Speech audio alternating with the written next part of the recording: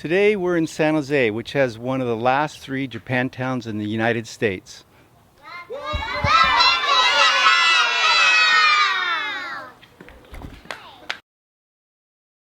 We're sitting with Lynn Santo. She's the director of Lotus Preschool. And let's find out more about the history of the preschool. Lotus opened July of 1986 here at the San Jose Buddhist Church, Betsuing.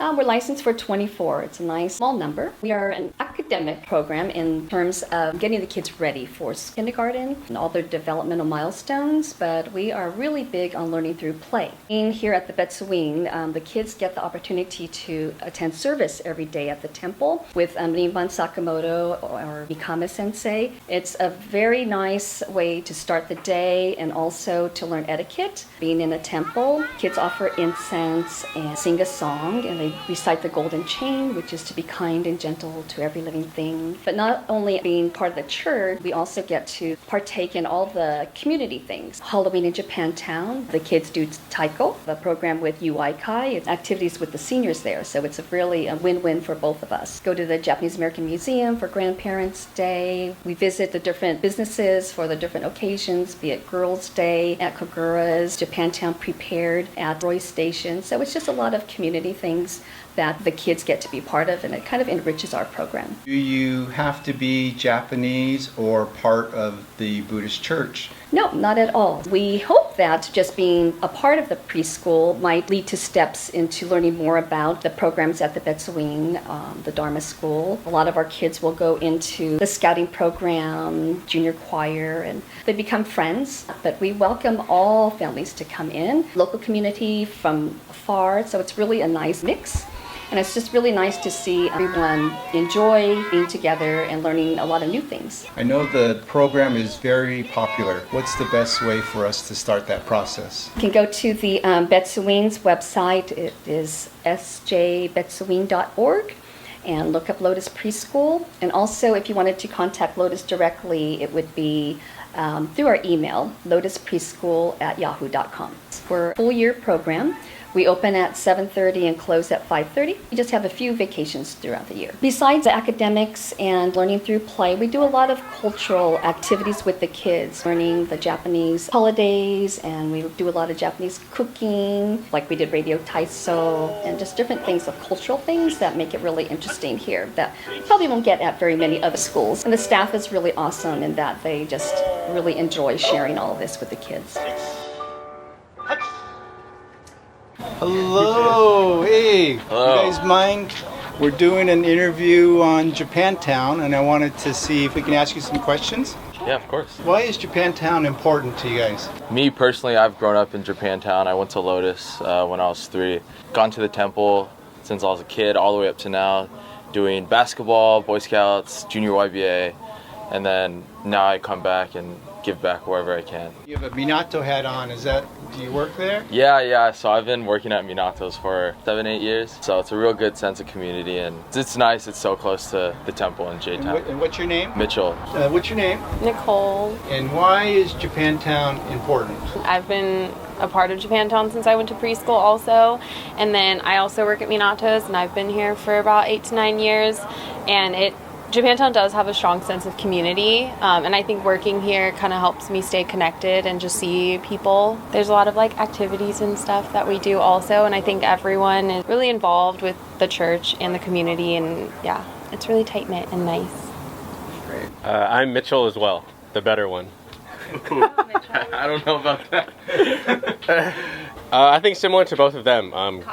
It's true though. It's community. So this is where we grew up. I too went to Lotus Preschool. Have been coming to Japantown my entire life. It's fun to always come back and give back to where we can, similar to what Mitchell said. I think the biggest thing with Japantown is obviously growing up here, we kind of saw the community age out. A lot of our relatives are aging out, so I think to keep that sense of community for the next generation is important to me, and I think all of us. You volunteer a lot within the community. There's not a lot of people that do that, so I was wondering, why do you feel that that's important? I had good mentors and good role models growing up, so that's something I want to be for the next generation. Thank you guys for talking to us. Thank you.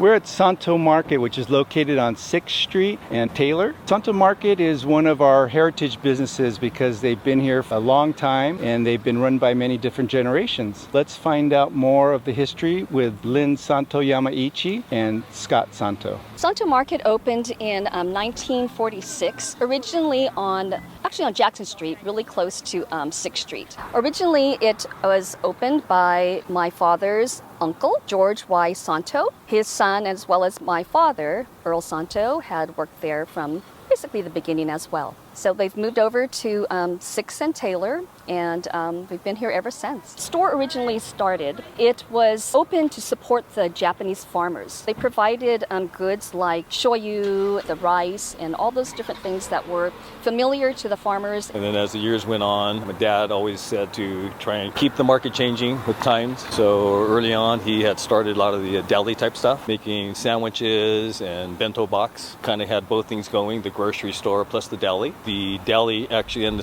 started working out pretty well and kind of took over the majority of the business at the store. Lately, COVID pandemic kind of shift from the grocery store type of business over to the deli, and some of the products that we're running, the strawberry mochi, it's been doing really well, as well as the poke, tuna poke and taco, that's doing really, really well. Fortunate enough to have our takeout window set up prior to all this change in the pandemic. Now the majority of our business is actually run through the window as the deli items. This we also have all the other bento type items, chicken teriyaki, Chashu baos. Chashu baos do real well. Next generation coming in who really, really like the poke and the strawberry mochi type stuff. So now the clientele's kind of really shifted over to more of the younger age group. We're really excited bringing all the new folks into town. People are interested in ordering poke or anything else from you guys. What's the best way? Come down to Santo Market on 6th and Taylor, but also there's information on our Facebook and Instagram at Santo Market. It's nice that our children have been very helpful. They would be the 4th generation helping out. They have either worked here or just helped out when needed, so it's really good. Their heart is here. They appreciate the store being in Japantown and the history, and yeah, I think they would really like to see it go forward and see how they could participate and be a part of it in the future. The mural that's on the side of Santo Market, which is iconic of Japantown, so can you tell us a little bit about that? This is one of the local artists that approached the store, and Mark thought it would be a great idea, and so it was from Empire 7 Studios. Yeah. And so one of the artists from there, and they created this very, very beautiful art piece, but it has been enjoyed by so many people stopping by to take pictures when we're open, when we're closed, and we see it all over, so it's really cool. So I see Pam Yoshida, who was part of putting these benches together. So let's go ahead and ask her some questions. I was wondering if you could tell us more about these benches and how they came to be. They are a result of SB 307. Benches are historical markers, significant restaurants or businesses, activities like sumo and baseball and movies at Okita Hall. A lot of the activities that occurred in San Jose, Japantown at one time. The benches would act as a place for people to just congregate. I noticed there were a bunch of kids that were cleaning the benches. Cub Scouts and Girl Scouts in San Jose, Betsuin clean the benches twice a year.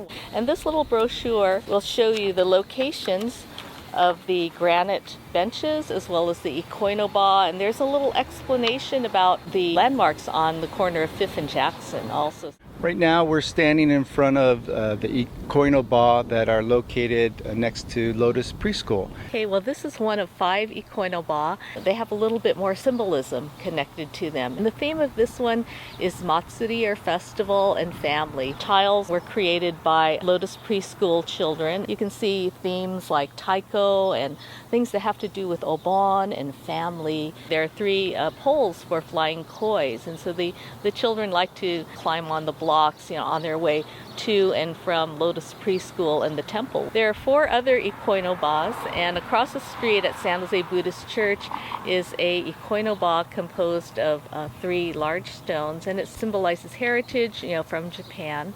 The other ikonoba, there's one at Wesley United Methodist Church, which is two semicircles that were from a single redwood tree, and that one represents unity. The third one is at Japanese American Museum, and those are inverted buckets to represent agriculture. Fourth one is at Issei Memorial Building, and it represents social justice. 5 or 6 benches with the incarceration camps engraved onto them. Japantown has a lot of these cool boutique type stores, and one of them is Headliners. Let's go inside and talk to the owner. This is Mai New, and he is the owner of Headliners. Hi, how's it going? Can you tell us a little bit more about the history of your store? We started off in 2011 as a hat store, and over the years we kind of morphed into its own brand and thing. And we don't carry as many hats anymore, but we do carry like more of our own branded stuff nowadays. Based the whole image around like Headliners newspaper. The mascot is a paper boy, which, you know, not even part of today's society, but it's kind of cool and Throwback. yeah. And we now produce all of the official San Jose merchandise. We do have hoodies and a shirt, and we will be having other things. What are some of the more popular products? Our own San Jose merchandise stuff and our hats. We take a lot of pride in our product and hats, and a lot of them don't last very long when we put them out. So we opened up our business in Japantown because we have friends that started opening business here. We also love the community here. You've become involved a lot in the community by being on some of the board of directors and also presenting some of the festivals that we've had in Japantown. We just want to do our part in being part of the community. And yes, I was asked to be part of some of the festivals. It's pretty fun, exciting. I also do a car show in the neighborhood. We started off doing Shukai, which was like an import tuner car show, was to fill a void that one of the festivals we didn't have anymore, and that was the quickest thing we can come up with that we're capable of doing for the neighborhood to draw attention to the neighborhood. Our last event we did was a lowrider base event. That was a couple weeks ago, and that was a great turnout. Because of the pandemic, that was one of the blessings in disguise that came out of the pandemic. People actually cared more about our website, and now I would say almost 40% of our business is online. Website name is sjheadliners.com. Our IG handle is Headliners, and our Twitter is SJ Headliners. If the lights are on, we're usually inside. Right now we're standing in front of Nichi Bei Bussan, and they are one of our heritage businesses. Now let's see if we can get some more information about the history. The owner, Arlene Damron. Tell us a little bit about the history of Nichi Bei. My father's father started Nichi Bei Bussan, the original one, 1902 in San Francisco. The family was in camp from 42 to 45. Dad was able to reopen the San Francisco store when we returned. Oldest brother died in a routine tonsil operation. Too painful to stay there, so we moved here. And my uncle, coming out of serving the U.S. Army, he took over the San Francisco store. Well, originally, when we moved here, we had Pendleton shirts, Cannon sheets and towels, Levi's, Dickies work pants, Maidenform bras and panties, jockey underwear. And now we have kimonos, martial arts supplies, stones, Japanese fabrics, books on Japan, different artifacts, because we also been accepting consignments from people. So you never know what you are going to find here. I think unique is our favorite word. Nichi Bei Bussan carries clothing and accessories for the Obon festival. Arlene, can you show us some of the things that you carry? We have happy coats, adults, children, kimonos for children, kimonos for adults. These are not necessarily the yukatas. We have those on the other side. The pre-tied obis, those are the easy ones. You just wrap them around and this clips right into the back. So, uchiwa, these are the flat pins like this. And this one is a vintage one, actually. Tenugui, these are for the towel dance. There's two fans. Uchiwa is the round, lollipop-looking one. This is a sensu, and the proper way to open a fan would be not to touch the edges. You fan it open, so it's like that. And then when you close it, you just go like that. We have a website, nbstore.com. However, it doesn't sell anything. So we just let people know we're here. And then we're on Facebook, Nichi Bei Bussan, and then on Instagram. If you call, please leave a message with your name and phone number so we can call you back. Otherwise, it's nbstore@sbcglobal.net for email.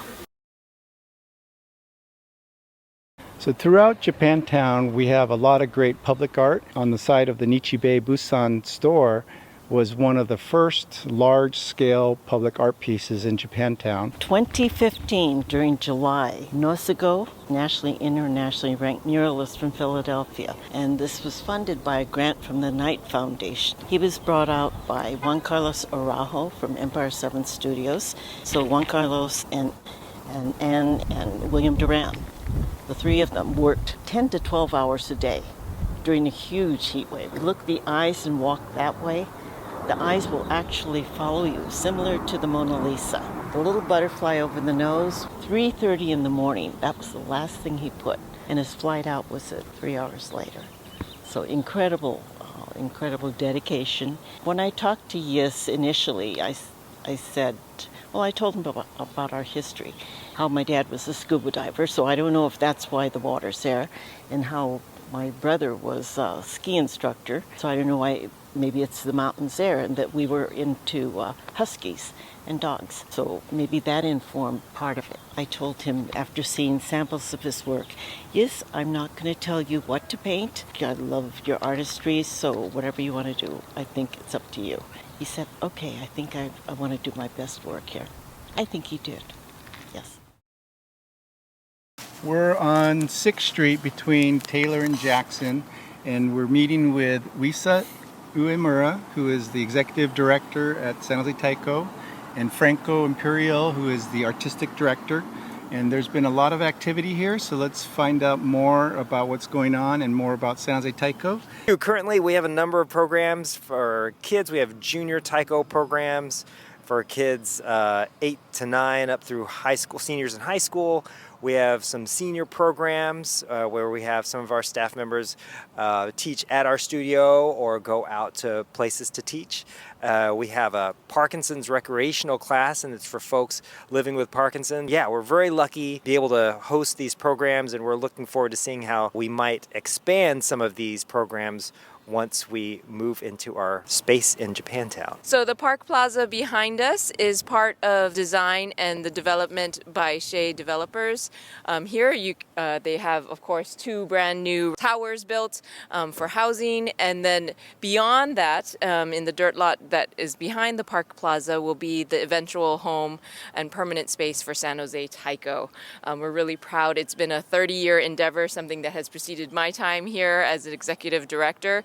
To get a home here in Japantown where we started. We're really excited about it. Basically, the ground floor, in the ground floor, San Jose Taiko will have about 8,000 square feet for our rehearsal studio as well as our offices and storage.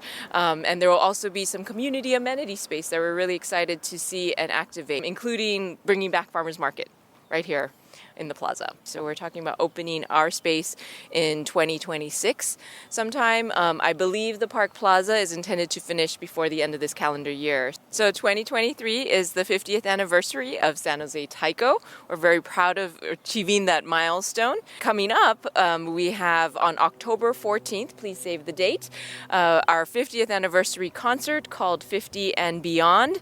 It's at the California Theater. It'll be 2 shows, one at 2 p.m. a matinee as COVID cautious, as well as a evening 7:30 p.m. show. So we hope to see you all there. Tickets will go on sale very soon. We hope you enjoyed this little tour of Japantown and that you'll come and visit us soon. Until then, please take care. Thank you.